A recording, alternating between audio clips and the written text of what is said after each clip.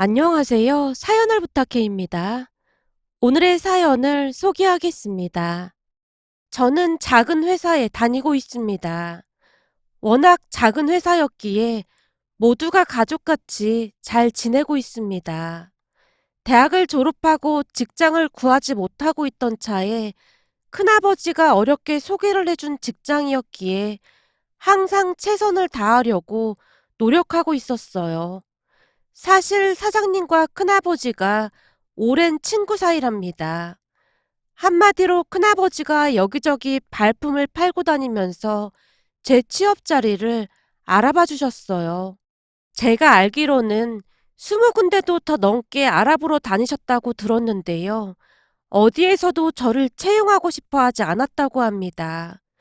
크게 상심하고 계시던 차에 큰아버지의 오랜 친구인 지금의 사장님을 만나서 하소연을 했던 모양이었어요. 내가 이번 일 겪어보니 세상이 참 각박하기만 하더라고.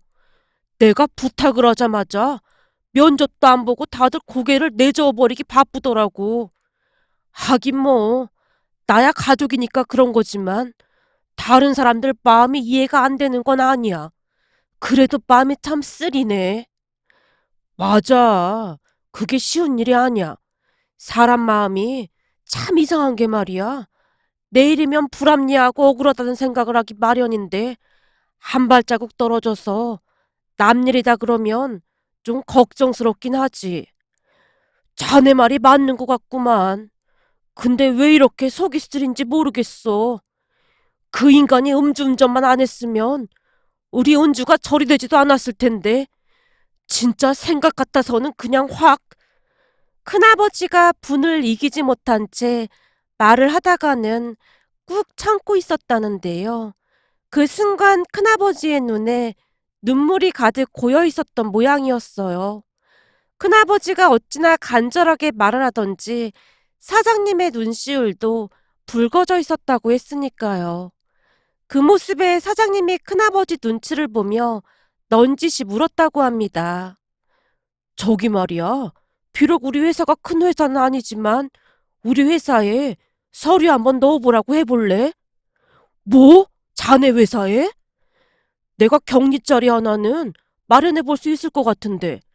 근데 회사가 너무 작아서 조카한테 말하기가 좀 그럴라나? 그래도 서울에 있는 대학까지 나왔는데 우리 회사같이 쪼매난 회사 들어오기가 좀 그렇겠지?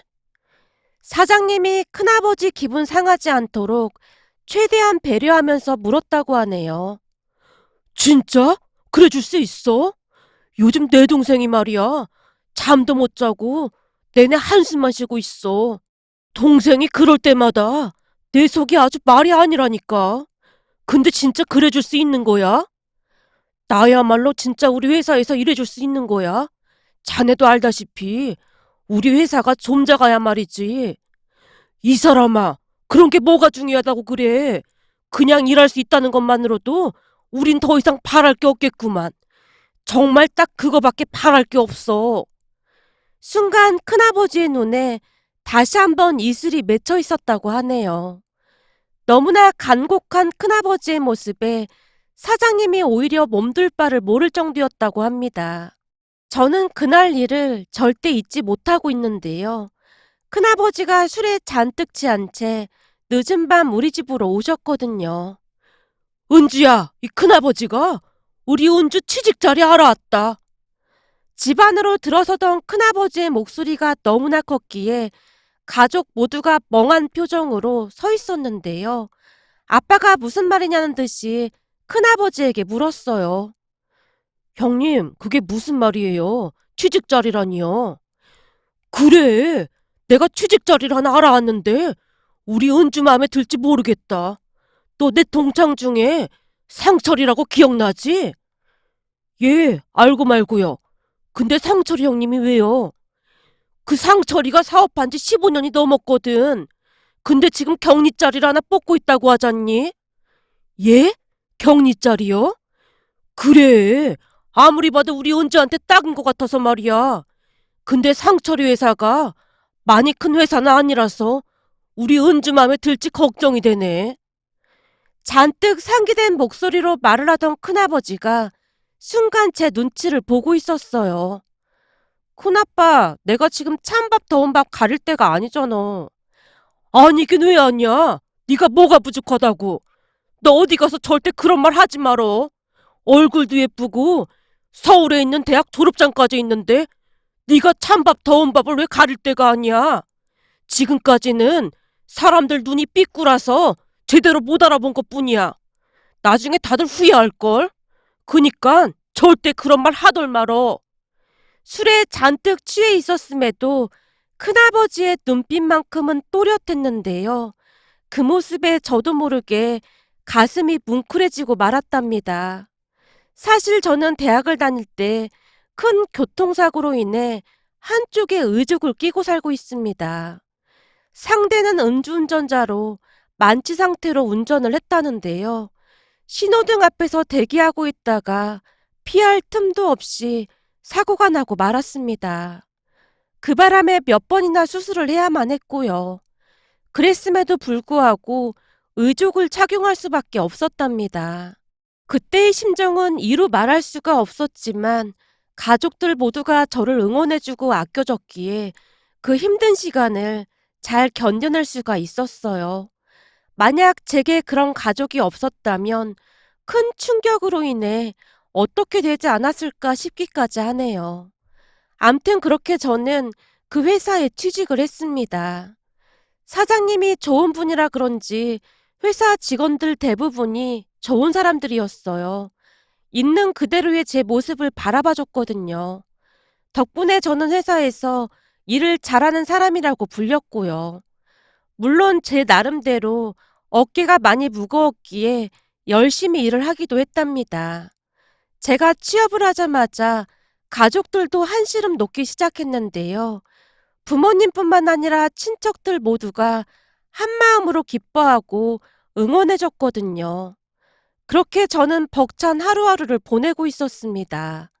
그러던 어느 날은 한 거래처 직원이 우리 회사에 왔다가 저를 보고 한눈에 반했다며 사장님을 졸라댔다고 하네요. 처음에는 사장님이 단호하게 거절을 했다고 하는데요. 그 직원이 포기를 하지 않았다고 합니다. 그냥 딱 한 번만 만나보고 제가 마음에 들지 않는다고 하면 그때는 깨끗이 포기하겠습니다. 저기 은주한테 말 못할 사연이 있으니까 괜히 힘들게 하지 않았으면 좋겠네. 사장님, 그동안 살면서 저도 이런 적 처음입니다. 딱 보자마자 심장이 멎는 줄 알았다니까요. 그러니까 제발 부탁드립니다. 무슨 사연인지는 모르겠지만 은주 씨가 돌싱이라고 해도 저는 상관없습니다. 거래처 직원이 너무나 간절하게 말을 했기에 사장님이 고민하다가는 사실대로 말을 했다고 하네요. 저기 말이야. 그럼 내가 귀뜸해 줄 테니 부디 선입견을 가지고 생각하지 않았으면 좋겠네. 그동안 자네가 워낙 성실하고 그래서 내가 큰 맘 먹고 말해주는 거야. 그런데 만약에 이 말 듣고 은주에 대해 이상한 소리 하고 다니면 나도 가만 안 있을 테니까 그런 줄 알게나. 사실 은주가 내 동창 조카라 나한테도 조카나 다름없거든. 예, 알겠습니다. 명심하겠습니다. 그렇게 사장님이 그 직원에게 제 상황에 대해 자세히 말을 했다고 하는데요. 말을 듣던 직원이 놀란 표정으로 물었다네요. 그게 정말입니까? 전혀 티가 나지 않아서 몰랐습니다. 암튼 내 얘기는 여기까지니까 괜시레 은주한테 상처 주거나 그럴 거면 처음부터 아예 시작을 하지 말게나. 사장님, 저는 정말 아무 상관도 없습니다. 지금 이 마음은 제 진심입니다. 다만 그런 상황이라면 제가 더욱 신중해야 할 것 같다는 생각이 드네요. 아무래도 저로 인해 은주 씨가 상처받으면 안 되는 거니까요. 내 말이 그 말이야. 그니까 잘 생각해보고 행동해. 라며 사장님이 다시 한번 신신당부를 했다고 하는데요. 그날 그 직원의 얼굴이 너무나 놀란 표정이어서 그냥 포기할 것이라는 생각이 들었다고 합니다. 하지만 한 달이 지난 어느 날 그 직원이 다시 사장님을 찾아와서는 말을 했다고 하네요. 사장님, 제가 잠도 제대로 못 자고 생각하고 또 생각해 봤는데요. 그냥 내내 은주 씨 얼굴만 아른거릴 뿐입니다. 한마디로 저는 그런 거 별 상관도 없다는 생각이 들었습니다. 다시 한번 말하지만 상처 줄 거면 아예 시작을 하지 말게나. 절대 그런 일 없을 겁니다. 사장님이랑 제가 알고 지낸 시간이 얼만데 그런 말씀을 하세요. 제가 어디 그럴 사람 같이 보입니까? 그래서 나도 자네한테 은주 사연을 말했던 거야. 자네가 믿을 만한 사람이기 때문에 말이야. 그럼요. 근데 아무리 봐도 제 운명의 짝이 확실한 것 같습니다. 처음 보는 순간 왠지 낯설지가 않았다니까요. 하지만 이게 어디 저만 좋다고 될 일인가요? 사장님도 알다시피 제가 막 잘생긴 얼굴은 아니지 않습니까? 저는 그게 제일 걱정입니다. 아니 내내 큰 소리 뻥뻥 치던 사람이 갑자기 왜 약한 척이야? 저에 비해 은주 씨 얼굴이 예뻐도 너무 예쁜 게 문제네요. 거래처 직원이 잔뜩 움츠러든 채 말을 했다고 합니다. 그 모습에 사장님이 큰 소리로 웃었다고 하고요. 그 뒤 사장님이 제게 그 사실을 알려왔는데요. 너무나 놀라서 제가 바로 거절을 했습니다. 괜시레 복잡한 일에 얽히고 싶지가 않았거든요. 하지만 그 사람은 늘 한결같이 제게 잘했는데요. 혹시나 제가 부담스러워하지는 않을까 고심하는 모습이 역력해 보일 정도였어요. 처음에는 한 며칠 그러다 말겠지 싶어서 그냥 모른 척하고 피하기 바빴는데요. 그 사람은 늘 한결같은 모습으로 1년이 넘는 시간을 제게 잘 보이기 위해 노력하며 그렇게나 챙길 수가 없었습니다. 그 모습에 제 마음도 조금씩 열리기 시작했고요. 얼굴이 막 잘생긴 편은 아니었지만 그 사람은 그 누구보다도 선한 눈동자를 가지고 있었으니까요. 그냥 딱 봐도 절대 거짓말을 하지 않을 것처럼 생겼다고 해야 할까요? 암튼 1년 넘게 제게 잘하는 모습에 나중에는 저도 마음을 열게 되었는데요. 남친은 시종일관 배려하려고 노력하는 모습이었습니다. 그 모습에 우리 부모님도 남친을 정말 많이 좋아했는데요. 늘 변함없는 모습에 가족 모두 큰 감동을 받았거든요. 그렇게 우리는 한동안 행복한 시간을 보냈습니다. 그러던 중 결혼 이야기가 나오기 시작했는데요. 역시나 그때부터 서서히 문제가 생기기 시작했습니다. 남친은 홀어머니의 외동아들이었는데요. 남친의 어머니가 우리를 반대하는 듯 했어요. 단 한 번도 제게 어머니를 소개해준다는 말을 꺼내지도 않았거든요. 결국 어느 날 남친 눈치를 보며 제가 물었어요. 승우 씨, 혹시 어머님이 내가 마음에 안 드신대? 어? 그게 엄마는 아직 마음의 준비가 안 되셨나 봐. 정말 미안한데 조금만 기다려 줄래? 우리 엄마 좋은 분이시라 시간이 지나면 이해해 주실 거야. 남친은 원래 거짓말을 못하는 사람으로 제게 숨김없이 말을 해줬어요. 혹시 말이야, 내 다리 얘기했어? 내가 말씀드렸어. 그럼 혹시 내 다리 때문에 그런 걸까? 사실 그건 나도 잘 모르겠어. 그때 엄마가 별 말씀을 안 하셨거든. 그치만 내가 잘 설득할 테니까 조금만 기다려줘. 우리 엄마가 원래 그런 분이 아니시거든. 근데 왜 그러시는 건지 참 이해를 할 수가 없네. 남친이 답답하다는 듯이 말하고 있었는데요. 순간 미안한 마음이 들 정도였습니다. 그렇잖아요. 홀어머니의 외아들인데 괜시레 저 때문에 모자 사이가 나빠지는 건 아닌가 하는 걱정이 앞섰거든요. 이런저런 생각으로 제 표정이 어두워지고 있었는데 남친이 급히 저를 위로했어요. 은주야, 진짜 걱정 안 해도 돼. 우리 엄마 진짜 그런 사람 아니거든. 그니까 나만 믿고 있으면 돼. 알았어. 난 그저 승우 씨한테 미안해서 그렇지. 네가 미안하긴 뭐가 미안해. 오히려 내가 미안하지. 말 한마디 한마디에서 남친의 진심이 느껴졌기에 그나마 조금은 위안을 받았던 것 같습니다. 그렇게 시간이 얼마나 지났을까요? 어느 날 남친이 제게 들뜬 목소리로 말을 꺼냈어요. 은주야, 우리 엄마가 너 집에 초대하래. 정말? 그럼 허락하신 거야? 집에 초대까지 했는데 당연한 거 아니겠어? 은주 네가 뭐 좋아하는지 물어보기까지 하셨는걸? 정말? 난 그냥 아무거나 다 좋아해. 라며 제가 기쁜 목소리로 대답을 했는데요. 남친도 저만큼이나 기쁜 듯 좋아서 어쩔 줄을 몰라 하고 있었어요. 며칠 뒤 옷까지 새로 사 입고 남친 집에 인사를 갔습니다. 예비 시어머님은 생각했던 것보다 인상이 좋아 보였어요. 보자마자 제 손까지 덥석 잡아주며 반갑게 맞아주셨거든요. 또한 식탁에 음식이 차려져 있었는데 남친이 미리 말을 한 것인지 제가 좋아하는 해산물이 가득했습니다. 해산물을 좋아한다고 해서 내가 나름 준비해봤는데 입맛에 맞을런지 모르겠네요. 아닙니다. 제가 좋아하는 음식들만 가득해서 감사하고 한편으로는 죄송한걸요? 얼른 앉아요. 식기 전에 먹어야죠. 어머님, 감사히 잘 먹겠습니다. 그리고 말씀 낮추셔도 됩니다. 그럼 그럴까? 나도 이게 편하긴 하네. 우선 먹자. 내가 수산시장에 가서 싱싱한 걸로 골라온 거야. 그러니 맛있게 먹어. 라고 말을 하던 예비 시어머님이 위생 비닐장갑을 끼고는 해산물을 직접 손질해서 제 밥그릇 위에 올려줬어요. 어머님도 같이 드세요. 난 괜찮아. 먹는 것만 봐도 아주 배가 불러. 어쩜 이렇게 복스럽게 먹을까나? 엄마, 우리 은주가 얼굴도 예쁜데 먹는 것도 엄청 예쁘게 먹어.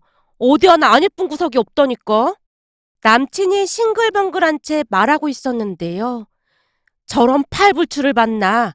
벌써부터 대놓고 섹시 자랑을 해대는 거 보니 앞으로 어떨지 눈에 훤하다 훤해. 예비 시어머님이 남친을 나무라고 있었는데요. 그 모습에 저도 모르게 눈물이 나오고 말았습니다. 아마도 예비 시어머님이 저를 반대한다는 말을 이미 들었던지라 바짝 긴장하고 있었는데 사뭇 다른 모습에 약간은 긴장이 풀렸던 게 아닌가 싶었어요. 갑작스레 제가 눈물을 흘리고 있자 예비 시어머님이 놀란 채 물었어요. 갑자기 왜 그래? 내가 무슨 실수라도 한 건가? 아닙니다. 그런 게 아니라 이런 말씀 드리기 좀 그런데 사실 어머님께서 제 다리 때문에 반대하신다는 소리를 들었거든요. 그래서 많이 긴장하고 왔는데 제가 생각했던 것과는 너무나 달라서 조금 놀랐습니다. 제가 울먹인 채 떠듬떠듬 말하고 있었는데요. 제 말을 듣던 예비 시어머님이 눈을 동그랗게 뜨고는 남친에게 물었어요. 아니 이게 다 무슨 말이야? 내가 반대를 했다니. 사실은 엄마가 인사 오는 걸 계속 미루라고 해서 난 엄마가 반대하는 줄 알았거든. 뭐? 그럼 설마 내가 은주 다리 때문에 반대하는 걸로 생각하고 있었단 말이야? 사실 제가 보통 사람들처럼 평범하진 않으니까요. 저도 모르게 그 말이 툭 하고 튀어나오고야 말았습니다. 그 순간 예비 시어머님이 제 어깨를 토닥여 주시면서 말씀하셨어요. 괜찮다. 사람이 착하고 바르면 된 거지. 그게 뭐가 문제가 된다고 그래. 오히려 머리가 헷가닥해서 미친 짓 하고 돌아다니는 인간들이 더 문제지. 이렇게 바르게 잘 컸는데 기죽을 필요 없다. 항상 당당하게 하고 살아.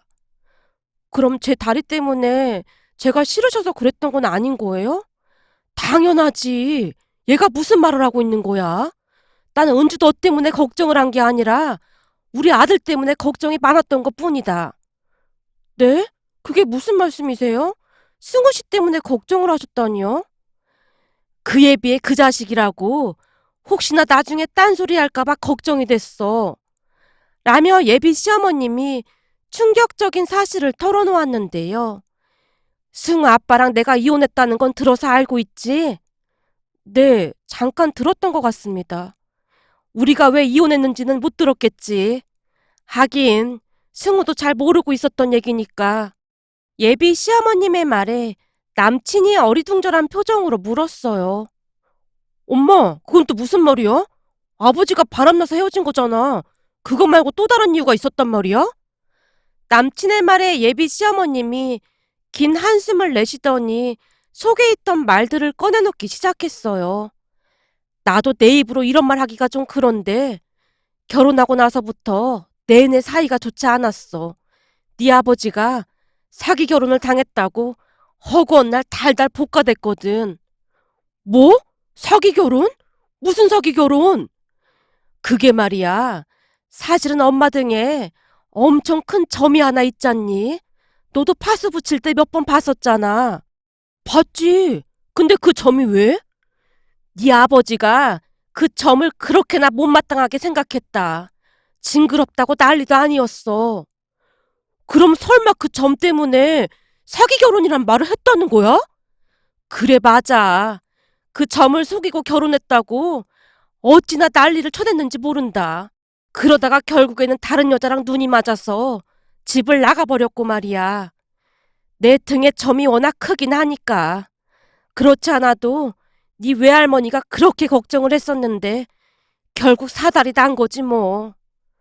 예비 시어머님이 자책이라도 하듯 중얼거리고 있었는데요. 겨우 그런 이유로 그런 거라고? 어떻게 그럴 수가 있어? 엄마, 오히려 잘 된 것 같아. 그런 사람이랑 같이 살았으면 진짜 힘들었을 거야. 진짜 어이가 없어서 말이 안 나오네. 엄마는 아무 잘못 없으니까 자책하지도 말고 그런 말 하지도 마. 남친이 큰 목소리로 예비 시어머님을 나무라고 있었는데요. 그 순간 예비 시어머님이 남친을 향해 다짐이라도 받듯 물었어요. 그니까 넌 단단히 약속해야 한다. 혹시라도 결혼 후에 다른 이유도 아니고 은주 다리를 가지고 왈가왈부하면서 산다 못 산다 그딴 소리 하면 넌 내 아들도 아니다. 너도 네 아버지랑 똑같은 사람이 되는 거다 그 말이야. 만약 그런 일이 있으면 난 너랑도 영 끊고 살 거니까 그리 알고 있어. 설마 그럼 지금까지 그것 때문에 걱정을 했던 거야? 당연하지. 은주야 이렇게 착한데 내가 반대할 이유가 뭐가 있겠어. 예비 시어머님이 남친을 있는 대로 노려보고 있었는데요. 그 순간 남친의 목소리가 미세하게 떨리고 있었어요. 어쩐지 우리 엄마가 그럴 사람이 아닌데 뭔가가 좀 이상하더라. 엄마, 내가 엄마 아들인데 설마 그런 말도 안 되는 짓을 하겠어? 엄마는 엄마 아들을 그렇게 모르고 있었던 거야? 암튼 항상 서로 배려하고 아끼고 그렇게만 살면 되는 거다. 그 순간 제 눈에서 눈물이 끊임없이 흘러내리고 있었는데요. 그동안 예비 시어머님을 오해했던 부분이 그저 창피하기만 할 뿐이었어요. 그렇게 얼마 뒤 우리는 결혼을 했습니다. 결혼식 날 아빠보다도 큰아버지가 하염없이 기쁨의 눈물을 흘리기도 했는데요. 오죽했으면 하객들이 큰아버지가 제 친아버지라 오해까지 할 정도였어요. 그런 큰아버지의 모습에 저도 마음이 뭉클할 수밖에 없었답니다. 그동안 저로 인해 얼마나 마음고생을 했을지 짐작이 되고도 남았으니까요. 많이 부족한 제게 이토록 소중한 가족이 있다는 것에 다시 한번 큰 위안을 받을 수가 있었답니다. 결혼을 한 뒤에는 시어머님과 함께 살고 있는데 워낙 인품이 좋으신 분이라 불편할 것도 없이 잘 지내고 있습니다. 제가 임신을 하고 출산을 할 때도 시어머님이 옆을 지켜줬을 정도였거든요. 진통이 심해서 힘들어하자 간호사에게 소리를 지르기도 했다는데요. 저기 진통을 너무 오래 하는 것 같은데 제왕절개인가 그거 합시다. 이러다 큰일 나겠어요. 어머님, 첫 출산에 이 정도 진통은 다들 하는 거예요. 지금 5시간째 진통하고 있잖아요. 이를 어찌 그래. 시어머님이 안절부절 못한 채 간호사에게 애원하다시피 하고 있었다는데요. 옆에 있던 다른 산모 가족들이 황당하다는 듯이 말을 하기도 했다네요. 저기 우리 딸은 지금 12시간째 진통 중입니다. 5시간이면 아직 멀었네요. 뭘 5시간을 가지고 호들갑을 떨어대고 있어요. 그냥 마음 차분히 먹고 여기 앉아서 심호흡을 해봐요. 자, 내가 하라는 대로 한번 따라해봐요. 코로 숨을 들이마시고 입으로 쑥 내뱉고. 그렇지. 그렇게 마음을 좀 진정시켜봐요. 이럴 때일수록 친정엄마가 정신을 바짝 차려야죠. 저기 시어머니는 아무렇지도 않게 아주 느긋하기만 하구만. 아주머니가 손가락으로 우리 엄마를 가리키고 있었다는데요. 순간 멋쩍은 생각이 들어 엄마가 아무런 대꾸도 하지 못했다고 합니다. 그때 당시 의사 선생님부터 간호사, 그리고 다른 산모 가족들조차도 시어머님이 친정엄마라고 착각을 했을 정도였다고 했으니까요.